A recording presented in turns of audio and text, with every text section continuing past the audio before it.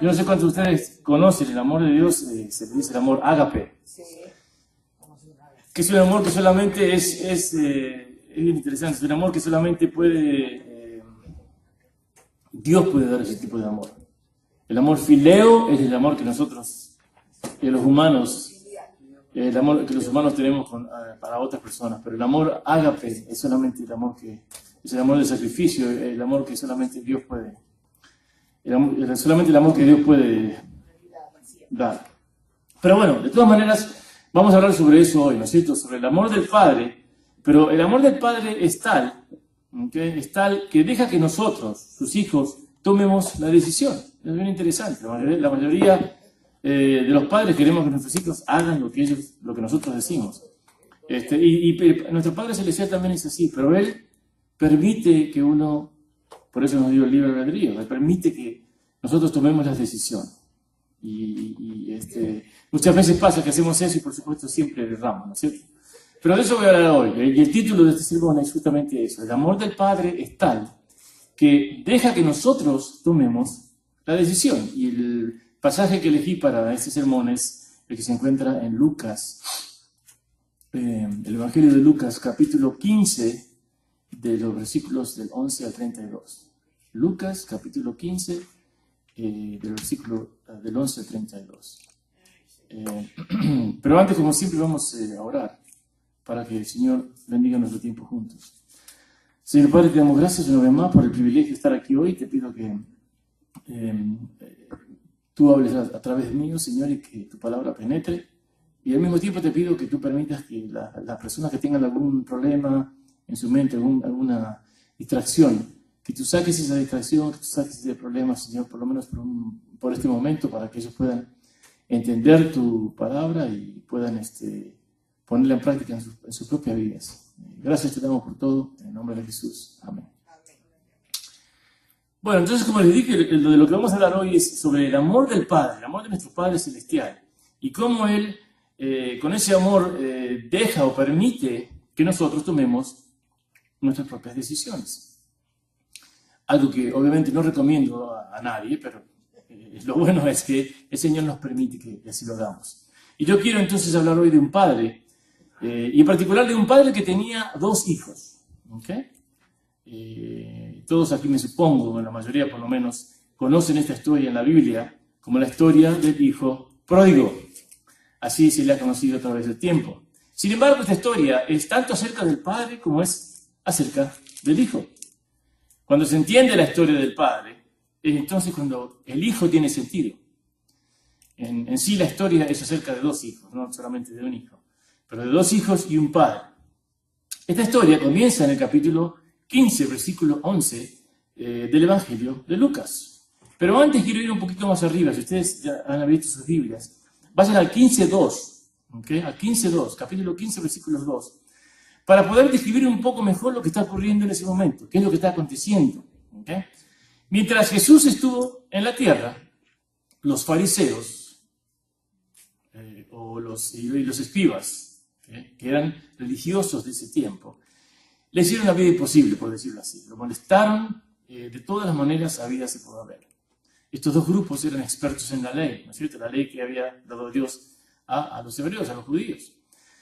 Eran expertos en la ley, y son estos los que se quejan en el versículo 2 del capítulo 15. Ahí dice, este hombre recibe a los pecadores y come con ellos.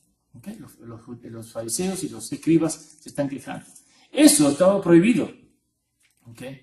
Jesús no solo recibía a todos los que eran considerados pervertidos públicos, ¿okay? La gente pobre, la gente pecadora, la gente de pocos recursos, malvivientes, como lo quieran llamar, eran considerados pervertidos públicos por los escribas.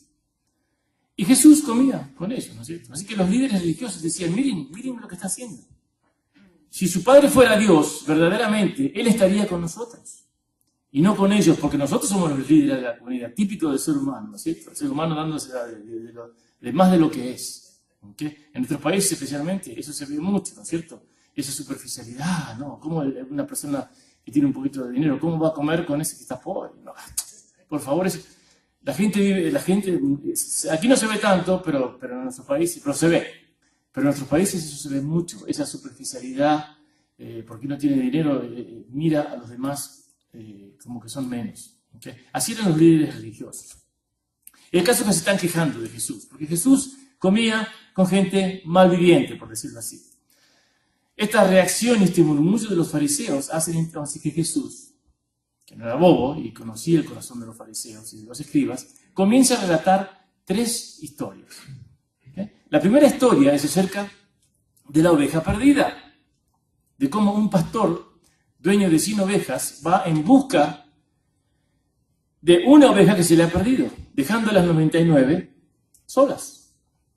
Las ovejas, ustedes saben, yo creo, yo he tenido ovejas y son bastante bobitas, se pierden fácilmente, ¿no es cierto? Muchas veces, pastando aquí y allá, se alejan del rebaño y cuando quieren acordarse están perdidas. En el versículo 7 del capítulo 15, Jesús dice lo siguiente: os digo que así habrá más gozo en el cielo por un pecador que se arrepiente que por 99 justos que no necesitan de arrepentimiento. De ahí Jesús pasa a otra historia diferente, a la historia que está en el 15:8. Y dice: ¿o qué mujer que tiene 10 dracmas se pierde una? Las dracmas eran monedas de oro, ¿no es cierto? ¿O qué mujer que tiene 10 dracmas, si pierde una dracma, no enciende la lámpara y barre la casa y busca con diligencia hasta encontrarla? A modo de historia, cuando una mujer se casaba en ese tiempo, en los tiempos bíblicos, generalmente recibía un regalo que consistía en una especie de vincha, ¿no es cierto? Una vincha, y en la vincha estaban pegadas esas dracmas, ¿okay? Generalmente eran 10, a veces más, pero típicamente eran 10 monedas de oro. Estas monedas eran valiosas, no solo porque eran oro, sino que también eran valiosas porque representaban el matrimonio. Sería hoy, por ejemplo, el anillo de casamiento, algo similar, ¿no es cierto? Así que cuando se perdiera, si yo fuera a perder mi anillo de casamiento, lo buscaría por todos lados. Así que cuando una de esas señoras casadas perdía una moneda de esa vincha, ¿okay? No era como perder un penny, era como perder su anillo de casamiento.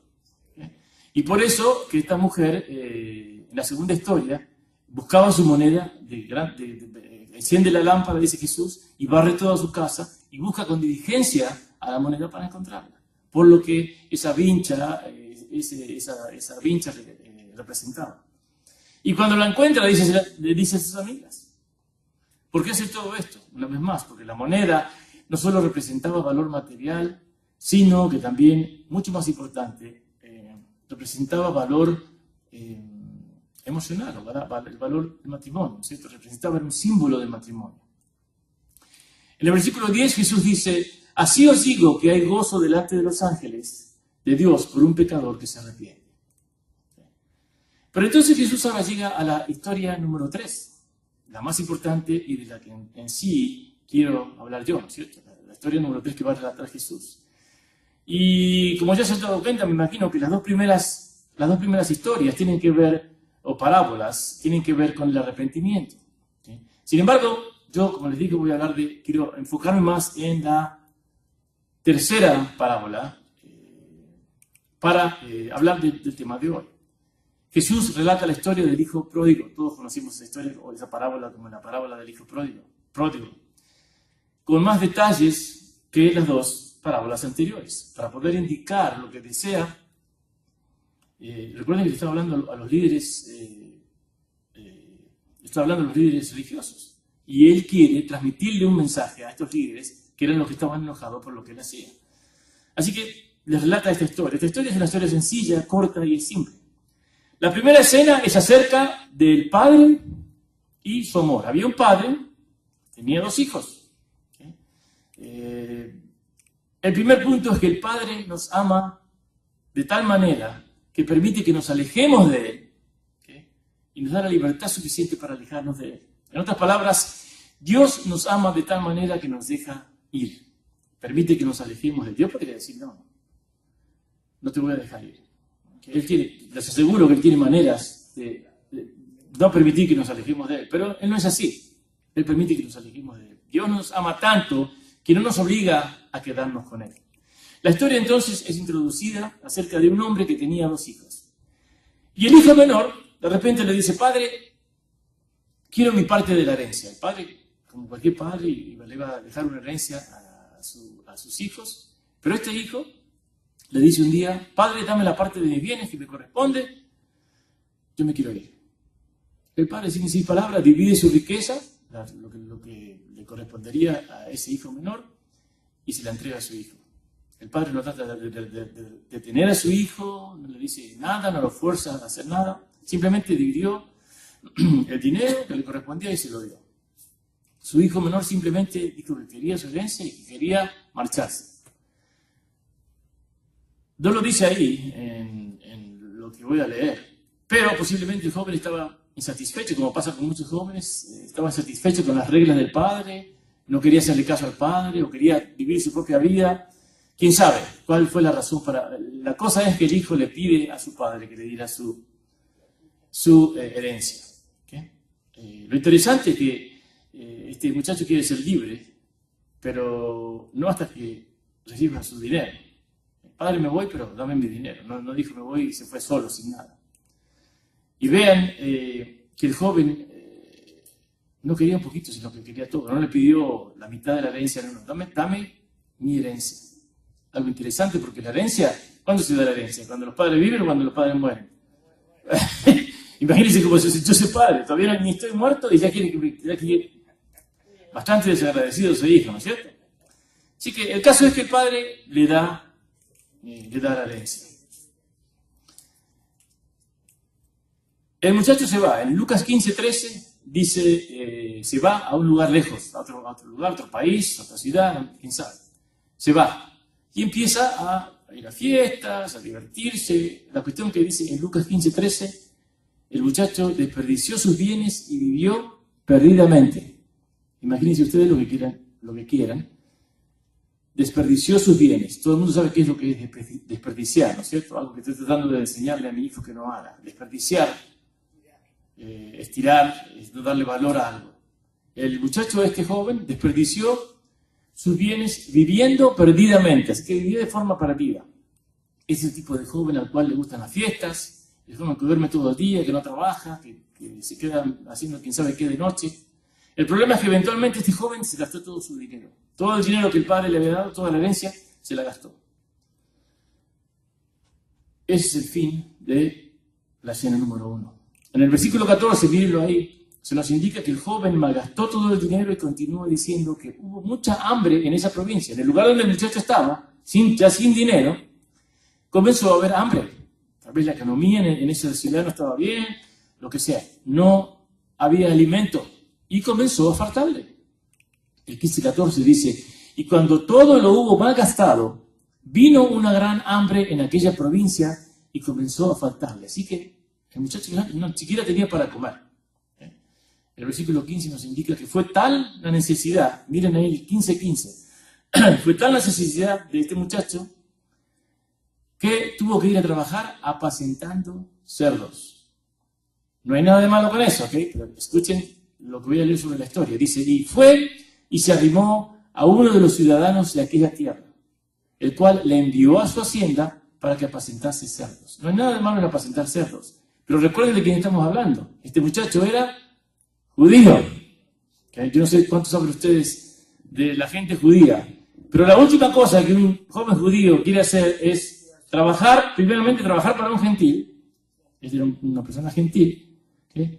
Y la penúltima cosa es trabajar con cerdos. Los judíos ni siquiera comen cerdos, ¿no? Comen la carne del cerdo. Es que para ellos los cerdos es lo más odioso y lo más asqueroso del mundo. Así que imagínense cuán bajo este joven había caído. El joven estaba pagando las consecuencias de sus acciones, de su pecado. En el versículo 16, mírenlo ahí. Dice que era tal su hambre que deseaba llenar su vientre de las algarrobas que comían los cerdos, pero nadie le daba nada. Tenía tanto hambre que miraba a los cerdos comer algarrobas. ¿Saben lo que son las algarrobas? Las algarrobas, y él decía, ay, ¿por qué no podré yo comer esas algarrobas? Dice, y deseaba llenar su vientre de las algarrobas que comían los cerdos, pero nadie le daba. Imagínense cómo se sintió ese muchacho. ¿Dónde estaban los amigos? Los que andaban con él cuando tenía plata, los que estaban en fiestas. Desaparecidos. Hoy hay muchos cristianos que han decidido irse, alejarse de su Padre Celestial, para hacer lo que ellos quieren, para vivir de la manera que ellos quieren. Muchos cristianos han decidido vivir a su manera, hacer lo que ellos quieren y cuando quieren. Y muchos han vivido y siguen viviendo de manera perdidamente. Y van a terminar apacentando cerdos como este muchacho. No literalmente, pero eso es una analogía, ¿no es cierto? Muchos cristianos tratan de esconder sus vidas del público, pero saben que están viviendo perdidamente. Las cosas que dicen, la gente con la que se juntan, los lugares que frecuentan, están viviendo perdidamente. Estos cristianos saben cuando están perdidos porque se ven obligados a pedirle a los gentiles que les den algo. Anyway, para volver al hijo pródigo. El hijo pródigo salió entonces de su casa paterna buscando libertad y terminó siendo un esclavo. Se fue de su casa paterna buscando suceso y terminó en la ruina. Salió de su casa paterna buscando vida y ahora vive una vida de muerte. Salió de su casa paterna para encontrarse a sí mismo y ahora no sabe ni quién es. Dejó su casa paterna para ser feliz y ahora se siente muy triste. Imagínense, estoy seguro que no estaba feliz trabajando con cerdos. Un muchacho judío. Jesús está dando un punto espiritual aquí, ¿no es cierto?, a los fariseos. Pero está usando una lección física. Y eso es que cuando nos alejamos de nuestro Padre Celestial, no debemos sorprendernos si terminamos apacentando cerdos. Yo hablo con gente todos los días y me sorprende cómo la gente tiene tanta dificultad de entender. Si no es así, si sos cristiano, si sos del mundo, no hay problema, cada uno hace lo que quiere. Pero si no es cristiano, y yo hablo con gente cristiana, a diario casi, que no van a la iglesia, no leen la palabra, nada, absolutamente nada, no tienen ni idea. ¿Okay? Y encima se quejan, bueno, Dios no me está ayudando. ¿Cómo te va a ayudar Dios si vos no estás haciendo nada de lo que quiere que vos hagas? ¿Okay? Eso es lógico. La gente no hace esa conexión, que Dios no te va a ayudar si vos no seguís lo que tenés que hacer. Vos querés hacer lo que vos querés, ok, pero Dios no te va a guiar, Dios no puede guiarte. Es como cualquier papá. Si yo digo a mi hijo, hace A, B y C, y él hace todo lo contrario, yo no puedo continuar contribuyendo a que él haga todo lo contrario. Tengo que parar. Cuando nos separamos de Dios, no debemos sorprendernos si las cosas en nuestra vida van de mal en peor. ¿Y cuánta gente lo conocemos así, no es cierto? Que sí son cristianos, pero sus vidas son... Nosotros todos aquí hemos conocido gente así. Así que entonces la escena esta, número 2, termina con un joven que va de Guatemala a Guatepeor, como dicen, ¿no es cierto? Y su padre lo amó lo suficiente para dejar que se fuera. Dios, de la misma manera, nos ama a nosotros, no nos va a forzar a quedarnos con Él. Y cuando digo quedarnos con Él, me estoy refiriendo a hacer lo que Él dice. La iglesia, leer la palabra, conocer qué tipo de relación Él quiere para nosotros. Dios nos ama tanto que no nos fuerza a que estemos con Él si no queremos estar con Él. Dios nos ama tanto que si queremos irnos de casa, vivir a nuestra manera y hacer lo que nosotros queramos, Él nos deja. El único problema, lo voy a repetir, el único problema es que al hacer eso, alejarnos de Él y hacer lo que nosotros queremos, no podemos sorprendernos si Él no nos guía. ¿Ok? No, como dice, hay un dicho en inglés que me gusta mucho, que me dice, no puedes tener la torta y también comértela. O la tienes o te la comes. ¿Okay? Las dos cosas no se puede. En Colombia tienen uno que dice, no se puede soplar y silbar a la misma vez. Eso es lo mismo. No se puede. O uno sopla o respira. ¿Okay? El Padre nos ama lo suficiente para dejarnos ir, pero también nos ama lo suficiente para dejar que regresemos a casa. Algo bien interesante, que muchos padres humanos no hacen, ¿no es cierto? Muchas veces los hijos son desagradecidos, se van de la casa, y cuando quieren regresar, a muchos padres humanos, o los agarran, los toman otra vez, o los aceptan, pero con miles de recriminaciones, miles de cosas. Miren ahí el versículo 17. Dice, y volviendo en sí, es decir, recapacitando, el muchacho, ¿no es cierto? Recapacitando, dándose cuenta, dice, y volviendo en sí, se dijo así a sí mismo, ¿cuántos jornaleros, ¿okay?, en casa de mi padre tienen abundancia de pan y yo aquí perezco de hambre? Así que este muchacho estaba ahí deseando comer lo que comían los cerdos y se puso a recapacitar. Yo soy bobo. Mi padre, los jornaleros son la gente trabajadora, ¿no es cierto? Los jornaleros del padre tenían de todo para comer. Y él aquí estaba, dice, yo perezco de hambre. Soy un bobo, estoy aquí pasando necesidad, sin necesidad. Dice, y volviendo en sí, recapacitando. Él dijo, no, yo no puedo estar así, no hay razón para que yo esté así. Hay algunos que no se despiertan, que lo vuelven en sí. Hay muchos cristianos que siguen y se ven deseando la comida de los cerdos y aún así no quieren regresar. Dios permite que te hundas y te hundas y te hundas hasta que no hay más profundidad que puedas ir. El joven está en el fondo, apacentando cerdos, queriendo comer lo que ellos comen, hasta que en un momento él recapacita. Se pregunta entonces, ¿qué estoy haciendo aquí? Tengo que estar loco, yo tengo que irme de aquí. Dice, el joven llega entonces a una conclusión, que es mejor ser un jornalero o un ayudante de su papá que estar aquí alimentando a los cerdos. El joven llega a esta conclusión y toma la decisión de volver a su casa, de la casa del papá, y básicamente pedirle perdón. Miren ahí el 18, el versículo 18 dice, me levantaré, iré a mi padre y le diré, Padre, he pecado contra ti, contra el cielo y contra ti. Este que sucede con el joven se conoce en griego como, el otro día a propósito vi esa palabra y no me acordaba qué era, claro, metanoia. ¿Se acuerdan que dice metanoia en griego es arrepentimiento? Así que el muchacho se arrepiente. ¿Okay? El arrepentimiento es como un vuelco que uno da. El joven se arrepintió. Antes de que podamos encontrar la salida tenemos que saber y reconocer que estamos perdidos. Usted no va a buscar nunca una salida si usted no piensa que está perdido. Es como el drogadicto que no piensa que es adicto al alcohol o a las drogas. Muy difícil que vaya a pedir ayuda. ¿Okay? Si usted no reconoce que tiene un problema, y yo sé eso muy bien, yo he visto esos casos cientos de veces en mi historia como psicólogo, ¿no es cierto? Muchas personas no reconocen que tienen un problema, así que no lo solucionan. ¿Por qué? Porque no reconocen que lo tienen. El joven no reconoció que estaba en el corral de los cerdos hasta que se gastó todo su dinero, hasta que todos sus amigos se desaparecieron, hasta que realmente sintió hambre en la panza. No podemos encontrar la salida hasta que no sabemos y reconocemos. Porque también se ven esos casos. Se ven los casos en los que uno sabe que uno tiene un problema, pero uno no lo reconoce. Y las dos cosas son diferentes. Yo puedo saber que tengo un problema, pero si no lo reconozco, es muy dudoso que yo haga algo para solucionar ese problema. El joven finalmente admitió que estaba perdido y se arrepintió. Es decir, tuvo un cambio de mente. Eso es lo que el arrepentimiento quiere decir, uno cambia su mente. Se dio cuenta de que esa no era la manera de vivir. Él no tenía ninguna razón para vivir así, entre los cerdos, pasando hambre.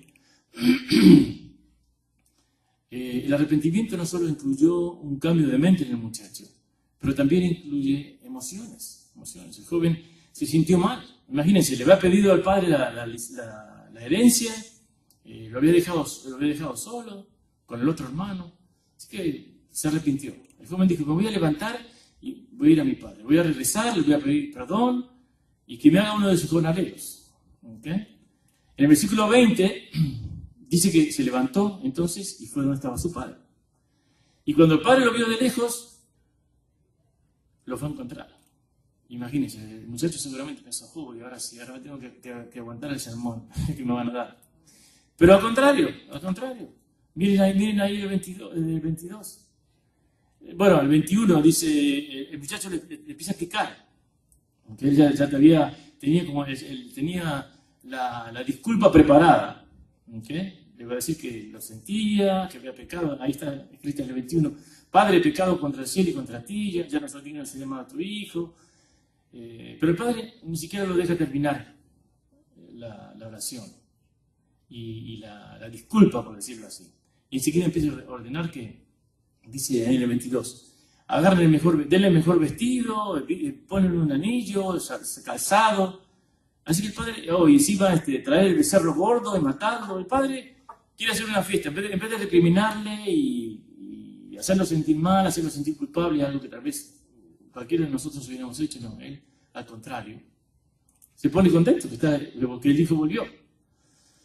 Que ni siquiera le dejó terminar la frase, porque recuerden que él había dicho en el 19 que le iba a decir, hazme como uno de tus jornaleros. Y el 21 no, en el 22 él ni siquiera le menciona eso. El padre no le da chance a que mencione nada más. Y enseguida ordena una fiesta, que le den vestido, que le den un anillo, todo eso. Así que todo lo que el hijo posiblemente haya pensado en cuanto a la respuesta que iba a hacer el padre, seguramente se quedó atónito viendo que no era lo que había pasado, ¿cierto? Pero la historia no termina ahí, porque recuerden que yo dije que tenía ¿cuánto? 1 o 2 hijos. 2 hijos, ¿ok? Así que ahora queda el segundo hijo. El segundo hijo se entera, ve todo el alboroto de lo que está pasando, la fiesta, agarran el becerro más gordo. Imagínense, todos los sirvientes corriendo para acá y para allá para preparar la fiesta, y el hijo viene de trabajar del campo. Y pregunta, ¿qué pasa acá? ¿Cuál es todo este alboroto? Y le dicen, ¿tu hermano ha regresado? ¿Tu hermano ha regresado? Imagínense. ¿Cómo se enojó? ¿Cómo se enojó?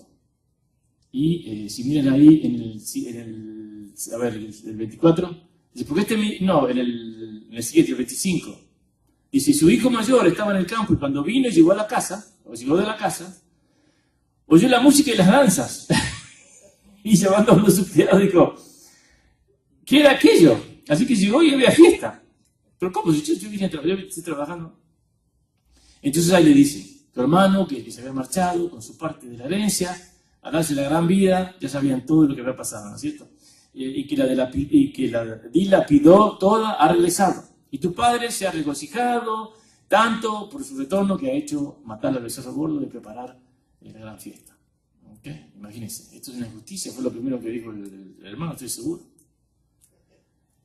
Dice entonces, hijo, ven, entra y gózate con nosotros que tu hermano haya vuelto.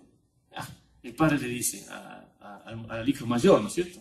Miren ahí el 29, dice, mas él respondió, dijo al padre, he aquí tantos años te sirvo, no habiéndote desobedecido jamás, y nunca me has dado ni un cabrito para gozarme con mis amigos. Así que el hermano mayor estaba bien enojado y se sentía que había sido tratado injustamente, porque él había sido fiel al papá, había trabajado para él, nunca se había ido, nunca había hecho las locuras que hizo el hermano menor. Y el padre nunca le había dado ni siquiera un cabrito para celebrar, dice, con mis amigos.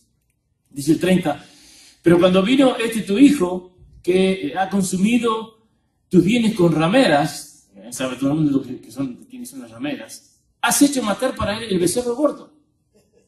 El hijo mayor nunca le había pedido a su padre absolutamente nada, ni que matara ningún animal, nada. Y este muchacho que había obrado tan mal, el más joven, recibe todo esto. Pero miren lo interesante de aquí. El 31, el padre le dice entonces, hijo, tú siempre estás conmigo y todas mis cosas son tuyas. ¿Okay? Y el 32, el que sigue, mas era necesario hacer fiesta y regocijarnos porque tu hermano era muerto y ha revivido, se había perdido y es hallado. En otras palabras, el hermano mayor siempre había sido fiel.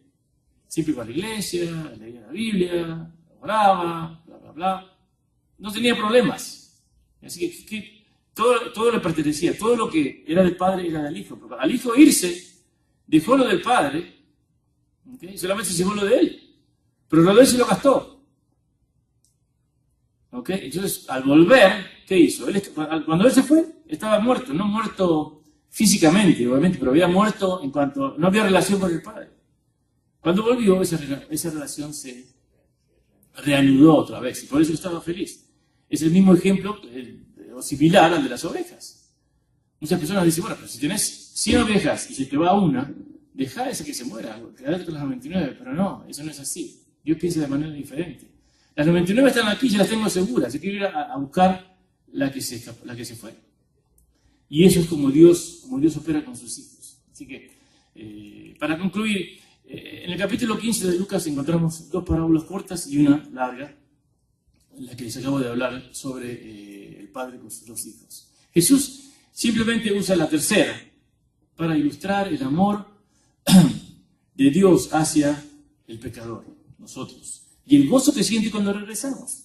Yo estoy seguro que aquí todos, o tal vez no todos, pero la mayoría de nosotros, ha habido tiempos en los que decidimos por nuestra propia cuenta alejarnos de Dios.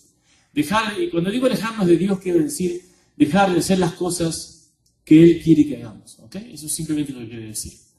Algunos cristianos son como el hijo menor. Cuando el hijo menor pidió su herencia, era una forma de decirle al padre que no respetaba su autoridad y que prefería que estuviera muerto. Uno pide la herencia cuando los padres mueren.